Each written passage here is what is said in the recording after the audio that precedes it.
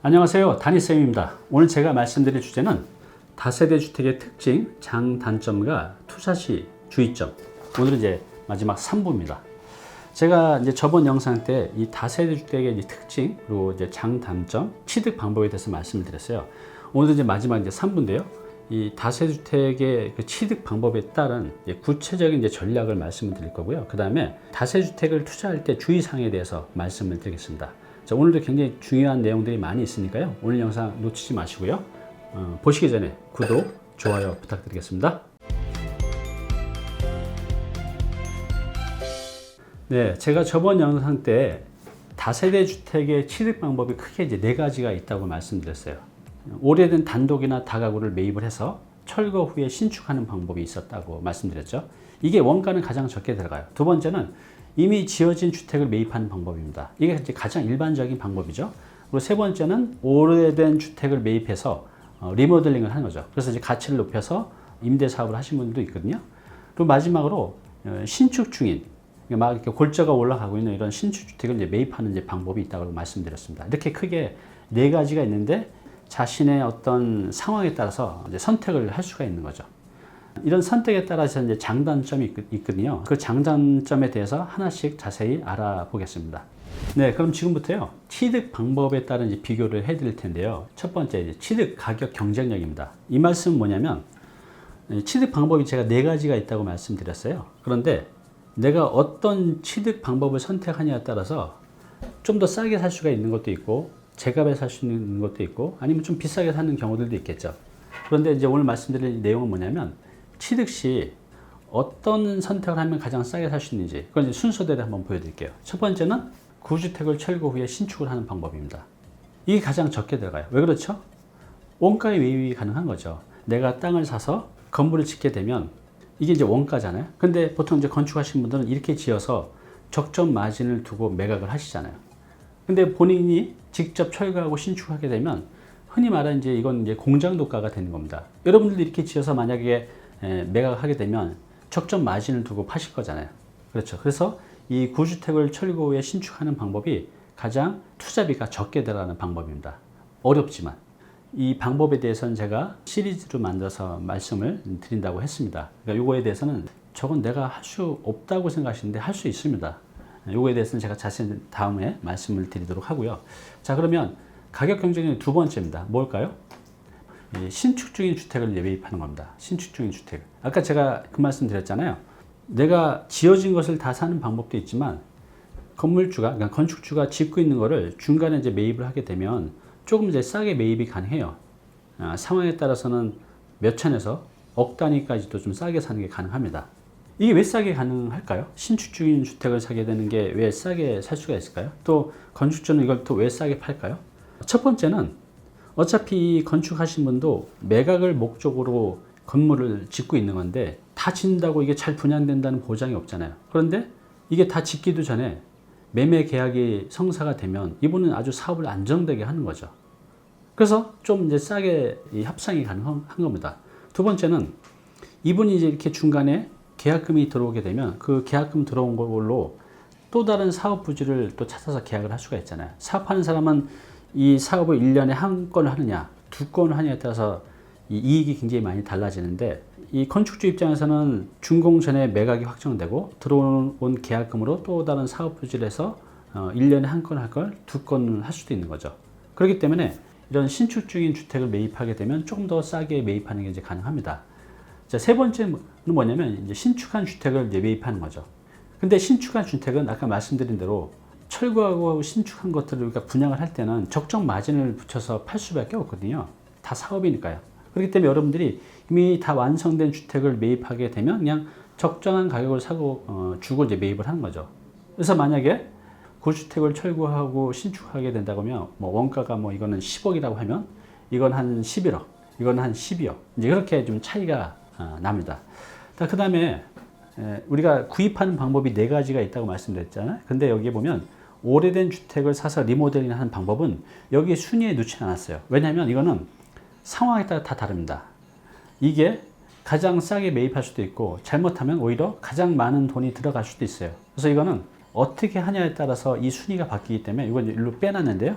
그래서 리모델링은 아까 제가 말씀드린 대로 이게 잘 될 수도 있지만 어설프게 접근했다가는 오히려 손해도 볼 수가 있다는 거죠. 그래서 이 리모델링은 좀 변수가 많기 때문에 여기 순위에 놓기는 좀 애매해서 이제 빼놨는데요. 가장 취득원가가 적게 들어갈 수도 있지만 가장 많이 들어갈 수도 있습니다. 그러니까 이건 이제 상황에 따라 다르기 때문에 제가 좀 이제 외부로 빼놨습니다. 네, 두 번째입니다. 두 번째는 취득 편의 안정성입니다. 그러니까 취득 방법에 따라 비교를 해 드리고 있는 건데요. 내가 이거 취득할 때 그냥 마음 편하게 또 안전하게 살 수 있는 것에 따른 순위를 매겨본 겁니다. 첫 번째는 뭐죠? 네, 그냥 이미 지어진 거 그냥 사는 겁니다. 눈으로 다 확인하고 다 지어졌고 내 눈으로 다 확인하고 살 수가 있잖아요. 그래서 그냥 이게 오히려 굉장히 편하고 또 되게 안전하죠. 근데 가장 안전하지만 제값을 주고 사야 되는 이제 단점도 있습니다. 두 번째는 뭐죠? 신축 중인 주택을 매입하는 겁니다. 아까 이렇게 취득 방법 네 가지 중에 순위를 매기는 건데 가장 안전한 게 또 가장 편리한 게 신축한 주택을 매입하는 거고 두 번째가 신축 중인 주택을 이제 매입하는 거죠. 그리고 이제 세 번째가 뭐냐면 구주택을 철거하고 신축하는 방법이에요. 그래서 이렇게 보면 이쪽으로 갈수록 내가 취득하는데 좀 더 안전하지 않고 좀 더 불편하지만 이쪽으로 갈수록 취득 원가는 좀 더 준다는 거죠. 취득 원가를 비교했을 때는 이게 1등이었잖아요. 이게 2등이고 이게 3등이었죠. 편의 안정성 측면에서 고객 입장에서 봤을 때는 이게 가장 편하죠. 두 번째가 이거. 세 번째, 철거하고 새로 신축하는 거죠. 이게 굉장히 어려운 거죠. 자, 여기서 보면 오래된 주택을 리모델링 하는 것 제가 가장 밑으로 나눴는데요. 이게 왜냐면 일반인들이 빌라 사가지고 뭐 리모델링 하지 이렇게 쉽게 접근하는데요. 이게 쉽게 되는 경우도 있지만 아까 말씀드린 대로 리모델링을 어설프게 접근하면 오히려 큰 손해를 보는 경우도 있기 때문에 제가 이거를 안전하지 않은 걸로 이렇게 밑으로 빼놨어요. 이게 왜 안전하지 않은지에 대해서는 제가 앞으로 자세히 이제 말씀드릴 텐데요. 그렇지만 안전하지 않다고 해서 나쁜 게 아닙니다. 안전하지 않기 때문에 사람들이 접근을 잘 안 하는데 이걸 잘 활용하면 리모델링을 통해서 굉장히 고수익을 만들어낼 수가 있거든요. 지금 제가 이제 신축을 위주로 좀 많이 말씀드렸는데요. 조만간에 리모델링을 통해서 부가가치를 높이는 방법에 대해서도 제가 자세히 말씀을 드릴 겁니다. 이제 세 번째로 투자 수익률 측면에서 한번 비교를 해보겠습니다. 우리가 취득 방법에 따른 비교를 하고 있는 건데요. 투자 수익률, 그러니까 내가 어떤 취득 방법을 하느냐에 따라서 수익률이 좀 달라지거든요. 그걸 한번 순위를 매겨봤습니다. 당연히 수익률이 가장 높은 것은 구주택을 철거하고 신축을 하는 방법이에요. 왜 그렇죠? 원가가 가장 적게 들어가니까 그렇습니다. 그래서 우리가 투자 수익률 측면에서 봤을 때는 구주택을 철거하고 새로 짓는 게 가장 수익률이 높고요. 두 번째는 신축 중인 주택을 매입하는 겁니다. 왜 그렇죠?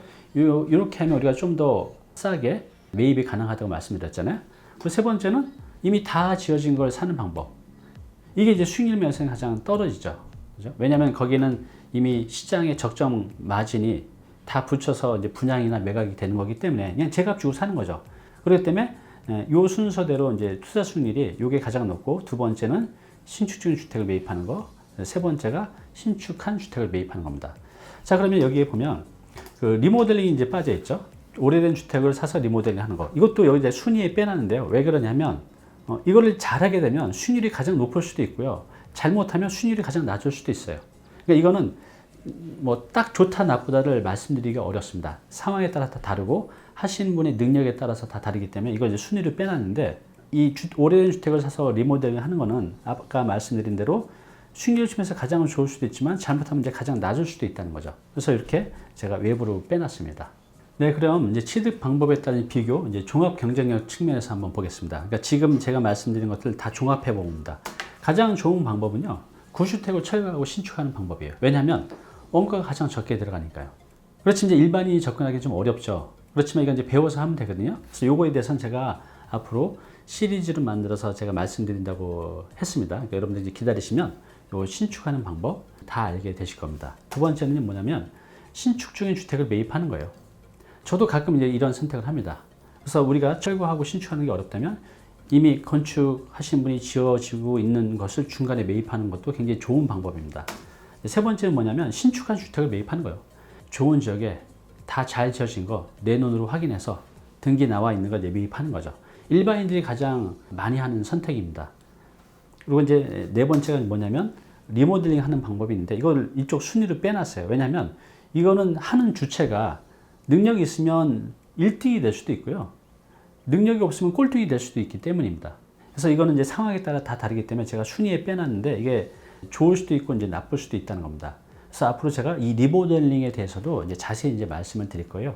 자, 어찌됐든 간에 오늘 이제 취득 방법에 따른 이제 종합 비교를 해봤는데요. 할 수만 있다면, 능력이 된다면 1번이 가장 좋습니다. 구주택을 철거하고 신축하는 방법, 그 다음에 신축 중인 주택을 매입하는 방법, 아니면 이미 다 지어진 거를 내 눈으로 보고 매입하는 방법, 아니면 리모델링이 있습니다. 리모델링은 상황에 따라 다 다르기 때문에 제가 일로 이제 빼놨다고 이제 말씀을 드렸습니다.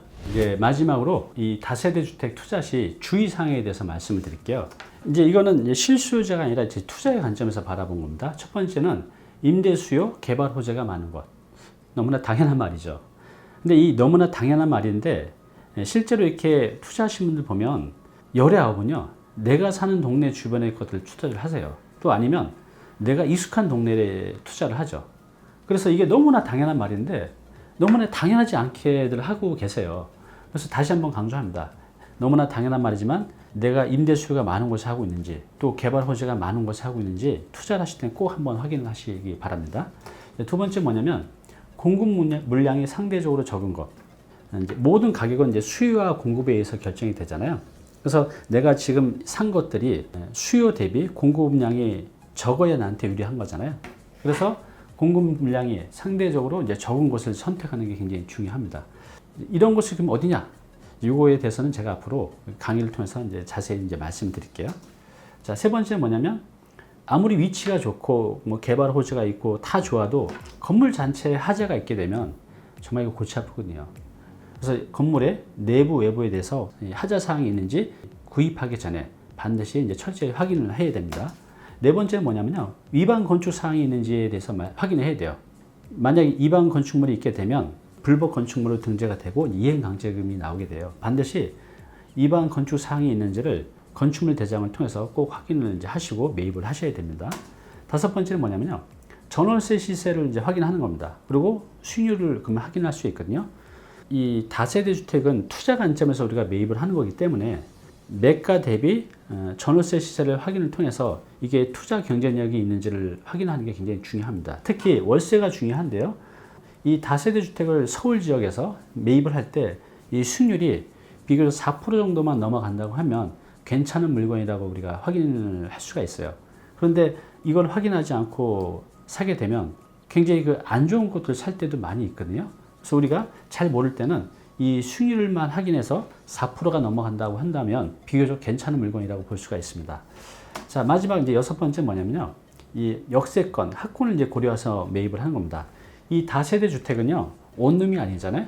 그래서 뭐 신혼부부도 많이 살지만 애 하나를 둔 이런 3인 가족들도 많이 살고 있습니다. 그래서 학군도 고려를 해야 되고요. 당연히 이 다세대 주택에 사시는 분들은 자가용으로 물론 출퇴근하는 분들도 있지만 대체로 대중교통 활용을 많이 합니다.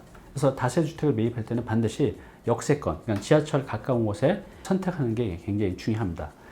그래서 이 다세대 주택 투자 시 주의사항 6가지를 말씀드렸는데요. 이런 것들을 여러분이 꼭 메모를 해 놓으셨다가 투자 시에 이런 사항들을 꼭 꼼꼼하게 확인하시고 투자를 하시면 크게 무리가 없다고 판단이 됩니다. 네, 지금까지 이 다세대 주택에 대해서 제가 3부로 쭉 말씀을 드렸는데요. 조금 어렵죠? 사실 이 부분만 자세히 말씀드리려면 한 10부 정도로 찍어야 될 것 같은데 제가 좀 압축해서 하다 보니 다 전달을 이제 못 해드린 것 같아요.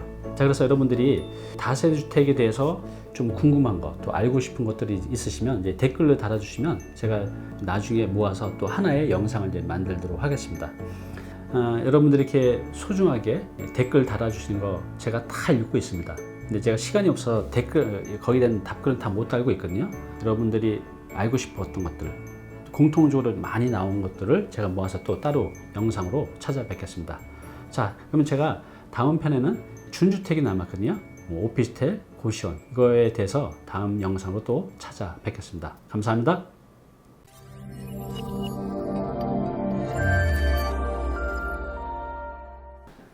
네, 오늘 정보 도움이 좀 되셨나요? 앞으로 이런 정보 계속 받아보실 분은요, 여기 구독 부탁드리고요. 그 다음에 오른쪽은 제가 추천하는 영상입니다. 꼭 한번 보시기 바랍니다.